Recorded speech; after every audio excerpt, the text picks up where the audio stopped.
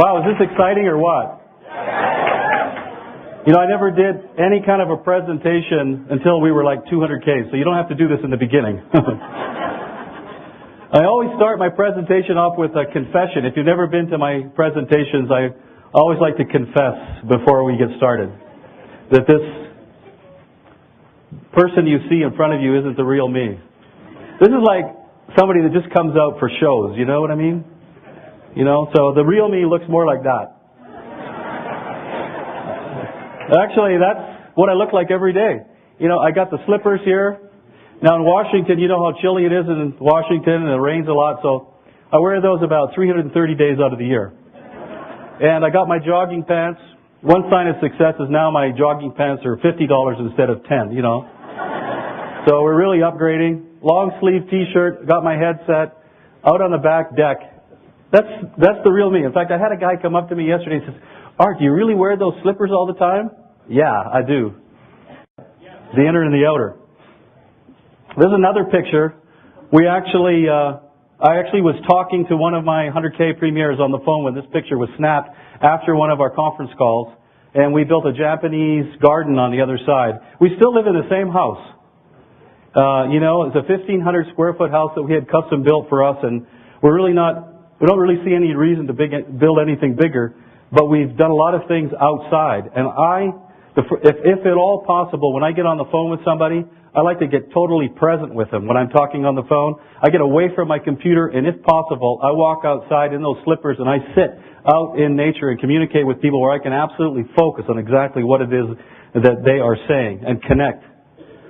But let's a little bit of our story. June 2003. We woke up one morning, and the company we were with, which we'd only been with about 8 months, nobody answered the phone on a Monday morning. Oh, has that happened to some people in here? How many people have ever woken up and, you know, oh, yeah, he was in the same deal, right? And you know, it was a shock, wasn't it? And, you know, in fact, you know, what I like to say is that, you know, I had the financial rug. We had the financial. By the way, Terry's back here in the back of the room. I'd like to acknowledge Terry. It's actually, she's the one that started this business. Honestly.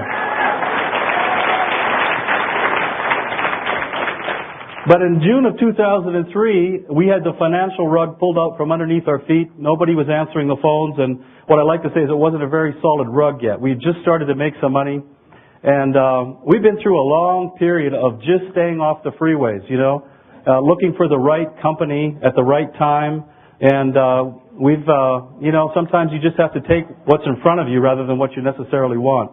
And then in July, out of the blue, we got a 13-page fax from somebody that we didn't know, and they were all talking about this Zango thing. In fact, I didn't even know how to pronounce it. Did you first? Was that you? Oh, okay. Here's the lady that sent me the fax. She's in the audience. Thank you very much. Thank you very much. You've touched my life. The point is that I was an internet guy, you know? I live in the country, I love the internet, and the first thing I'm going to do when I get information from people is go online and do some research and look and see, you know, internet, website, this kind of stuff. So, you know, she didn't have that, and I was looking for that. And so I went online and I found the mymangosteen.com site and system, and really that's what got me in the business. Terry and I'll never forget the day we sat down on a Saturday night in front of the computer and we watched Joe's story. And she said, wow, this is it.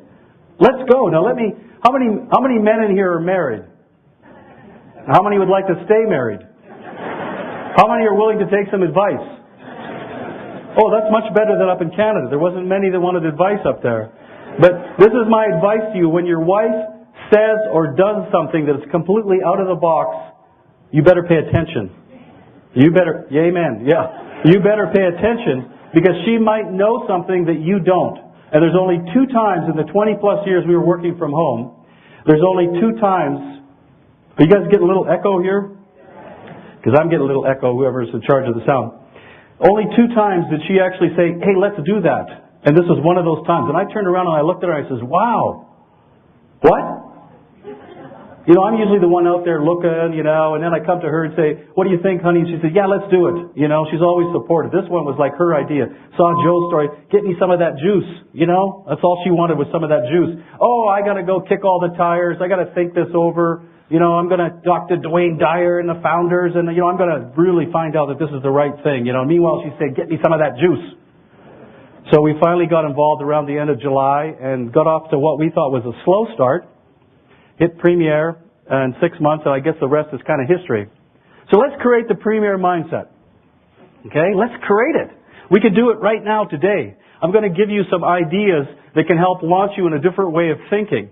And I'm actually going to step out of my comfort zone, and I'm going to talk to you about some things that I've never talked on any of our webinars or conference calls before. Are you ready? Yes. Ready? Okay. Now, there's two parts to our business. There's the inner and there's the outer.